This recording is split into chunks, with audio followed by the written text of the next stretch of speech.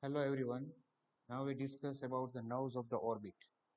It includes the cranial nerves, second that is optic, third that is oculomotor, fourth that is trochlear, sixth that is abduction nerve, and also the branches of the ophthalmic division of the trigeminal nerve.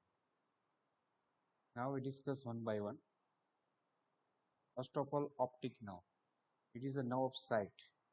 As you all know, it is a nerve of sight, and it is about 4 centimeter long. It is made up of about 1 million myelinated nerve fibers. This one is the optic nerve. Enter through the optic canal along with the ophthalmic artery branch of the internal carotid artery. Now the optic nerve emerges from the eyeball about 3 or 4 millimeter nasal to the posterior pole of the eyeball, and it runs backward and medially, passes through the optic canal and enter the cranial cavity where it joins with the optic chiasma. Now entire nerve is enclosed in the three meninges: dura mater, arachnoid mater, pia mater. Right? So there is also presence of subarachnoid space around the brain. It also extend around the nerve up to the eyeball. Now relation of the optic nerve. Here there is a presence of one of the branch of ophthalmic artery, that is central artery of retina. The central artery of retina and vein that pierces the optic nerve inferomedially of the optic nerve about 1.25 centimeter behind the eyeball. And optic nerve itself is crossed superiorly from before backward by the superior ophthalmic vein, then ophthalmic artery and nasociliary nerve. So optic nerve actually it is a extension of the ganglionic nerve fibers of the retina. So actually it is not a nerve. Now we discuss about the oculomotor.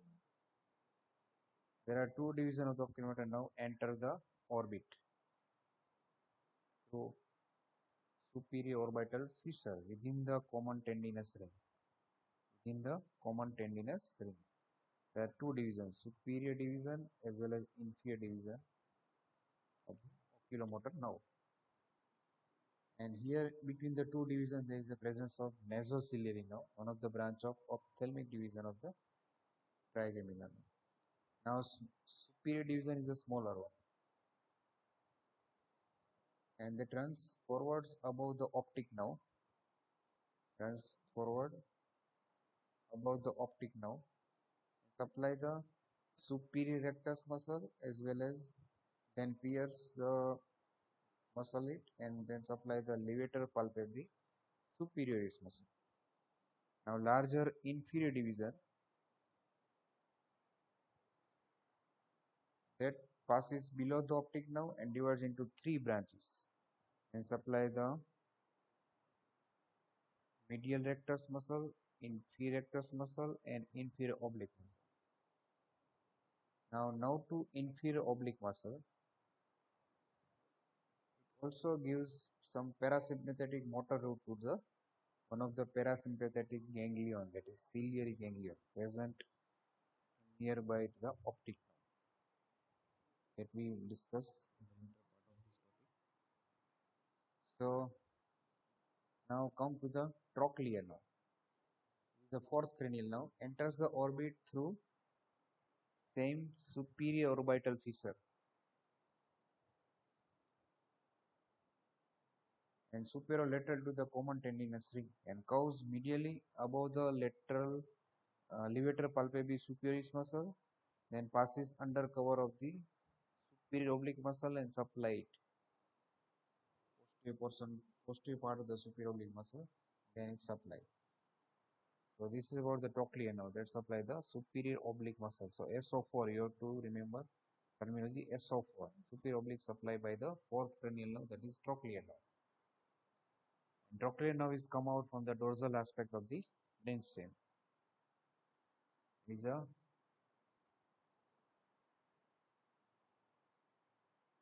slender nerve of the body. Now, sixth cranial nerve, that is abduction nerve, that enters the orbit through superior orbital fissure within the common tendinous ring between the lateral to the two divisions of the oculomotor nerve and nasociliary nerve. Then it passes laterally away from the optic nerve and enter the posterior part of the lateral rectus muscle and supply it. So this is about the abduction nerve that arises from the pons of the brainstem and passes via the superior orbital fissure and enter the orbital cavity. Supply the LR6, that is lateral rectus muscle of the eyeball. Now the ophthalmic division of the trigeminal nerve divided into three branches: nasociliary, frontal, and lacrimal. Out of the this frontal is the largest one and lacrimal is the smallest one. Now ophthalmic is the first and smallest of the three divisions of the trigeminal nerve, and it is purely sensory, while other two divisions, maxillary is also purely sensory and mandibular is the mixed nerve. Now course and distribution of the ophthalmic division. It arises from the medial part of the convex anterior border of, this one is the medial part of convex anterior border of trigeminal ganglion, and then pierces the dura mater of the trigeminal cave, enters into the lateral wall of the cavernous sinus, where it lies below the trochlear nerve. Then it enters the orbital cavity through the superior orbital fissure by dividing into three branches: nasociliary, frontal, and lacrimal. Now lacrimal nerve is the smallest branch. Lacrimal nerve is the smallest branch. This one is the lacrimal nerve, smallest branch. It passes along the lateral wall of the orbit along with the lacrimal artery, then ends in the lacrimal gland by communicating with the one tweak from the zygomatic-temporal branch of the maxillary nerve, carrying the postganglionic parasympathetic motor fibers for the lacrimal gland. So here there is a lacrimal gland is situated. Now lacrimal nerve supply the lacrimal gland as well as conjunctiva. Then it pierces the orbital septum and supply the lateral part of the skin of the upper eyelid. So this is about the lacrimal nerve. Passes same on the lateral portion of the superior orbital fissure. Then largest branch of this division, that is the frontal nerve. It runs forward between the levator palpebrae superioris muscle and periosteum lining the roof of the bony orbit. And in the middle of the orbit, it divides into the larger supraorbital and smaller supratrochlear branches. Now, supraorbital branch continues in the line of the frontal nerve, passes through supraorbital notch, where it turns upward into the forehead and divided into medial and lateral branches, which supply the scalp up to the vertex. And then supratrochlear nerve runs forward and medial to the supraorbital nerve. It passes above the trochlea for the tendon of the superior oblique muscle and then turns upward along the superior orbital margin. Along the superior orbital margin and supply the skin of the lower part of the forehead. Skin of the lower part of the forehead. Now third division, that is the nasociliary. It runs forward and medially and crossing the optic nerve from superficially and from lateral to the medial side behind the ophthalmic artery. On reaching the medial wall of the bony orbit, it ends by dividing into anterior ethmoidal and infratrochlear nerve. Now it gives some branches throughout its course, that is the small sensory root for the ciliary ganglion. Here it gives sensory root to the ciliary ganglion. It was just given before crossing the optic nerve, while nasociliary nerve crossing the optic nerve before it gives the sensory root to the ciliary ganglion. While crossing the optic nerve, it gives the long ciliary nerves. These are 2 or 3 nerves. So long ciliary nerves arise from the nasociliary nerve as it crosses the optic nerve. They pass forward, enter the eyeball, and supply the sensory fiber to the ciliary body as well as iris and cornea. That is supplied by the long ciliary nerves, branch of nasociliary. And long ciliary nerve also carrying the postganglionic sympathetic fibers to the dilator papillae muscle. Now the posterior ethmoidal nerve enters the posterior ethmoidal foramen and supply the ethmoidal as well as sphenoidal air sinuses. Then anti-ethmoidal nerve enters the anti-ethmoidal foramen, then passes through anterior ethmoidal canal to reach the anterior cranial fossa. Now here it passes forward over the cribriform plate of the ethmoid bone and enters the nasal cavity by passing through a nasal slit at the side of the crista galli. In the nasal cavity, now lies in the groove on the posterior surface of nasal bone and gives the internal nasal branches to the nasal septum as well as lateral wall of the nose. Then at the lower border of the nasal bone, now leaves the nasal cavity and appears on the dorsum of the nose as an external nasal nerve. Then infratrochlear nerve runs forward on the medial wall of the orbit just below the trochlea and ends by supplying the skin of the upper eye. So this is about the all the three division of the ophthalmic division of trigeminal. Now ciliary ganglia. It is a peripheral parasympathetic ganglion connected with the nasociliary nerve. Although topographically it is connected with the nasociliary nerve from the ophthalmic division of trigeminal nerve, but functionally it is connected to the branch of the oculomotor nerve. Now location-wise, ciliary ganglion is a minute body about 2 mm in diameter, lying near the apex of the orbit between optic nerve and lateral rectus muscle. Now there are three roots enter from the posterior end. These are motor or parasympathetic root. It is derived from nerve to inferior oblique and consists of preganglionic parasympathetic fibers from the Edinger-Westphal nucleus that is present within the midbrain of the brainstem, from where fibers are relayed in the ganglia that carried via nerve to inferior oblique. Then postganglionic parasympathetic fiber passes via short ciliary nerve. And they pass through the short ciliary nerve and supply the ciliary muscle as well as sphincter or constrictor papillae muscle. This one is a sphincter or constrictor papillae muscle of iris. Then sensory root, it derived from the nasociliary nerve. This one is a nasociliary nerve, branch of the ophthalmic division of trigeminal.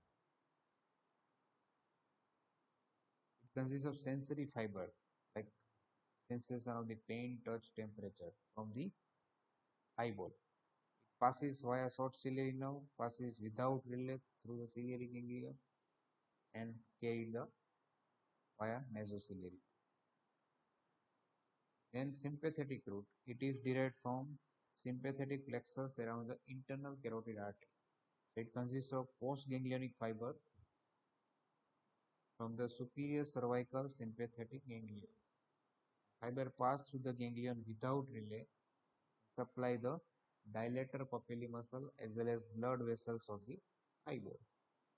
Now branches of the ciliary ganglia. Branches of the ciliary ganglia are short ciliary nerves. They are the 8 to 10 in number. They contain fiber from all the three roots, run above as well as below the optic nerve towards the eyeball.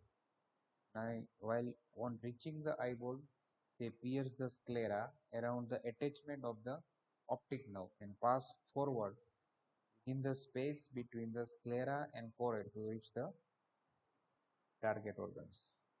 The target clinical correlation Before cataract extraction, ciliary ganglion is blocked to produce the dilatation of the, that is clinically related with the ciliary ganglia. Now other nerves, that is infraorbital nerve and zygomatic nerve, there lies actually outside the periosteum of the orbit. There passes through infraorbital fissure. So infraorbital nerve is actually, it is a continuation of the maxillary nerve, one of the division of the trigeminal nerve. So this infraorbital nerve passes through infraorbital groove and canal. Finally, via infraorbital foramen is come out, and it gives three branches, that is palpebral branches for the eyelids, nasal branches for the nose, external aspect of the nose, and superior labial branch for the upper lip. Supply this region area. So infraorbital nerve lies outside the perius. Then zygomatic nerve, this one that passes through same infraorbital fissures and supply the zygomaticotemporal and zygomaticofacial nerve related with the lacrimal gland by communicating with the lacrimal nerve, and zygomaticofacial nerve come out via zygomaticofacial foramen and on the supply the side of the skull. So this is about the nerves of the orbital cavity. Now some clinical aspect. This diagram showing the drooping of the upper eyelid due to the paralysis of the levator palpebrae superioris. If the skeletal portion of the levator palpebrae superioris is damaged, there is a complete drooping of the eyelid. That is called the complete ptosis. Sometimes partial ptosis occurs due to the involvement of the superior cervical sympathetic chain. Only smooth portion is in. There is a partial ptosis occurs. Partial ptosis occurs, drooping of the upper eyelid. Then there is a dilatation of the pupils. That is called as a mydriasis. That can be occurs in case of Horner syndrome due to the involvement of the cervical sympathetic chain. Then eyeball is come out. That is called as a proptosis. Proptosis. Eyeball is come out from the orbital cavity.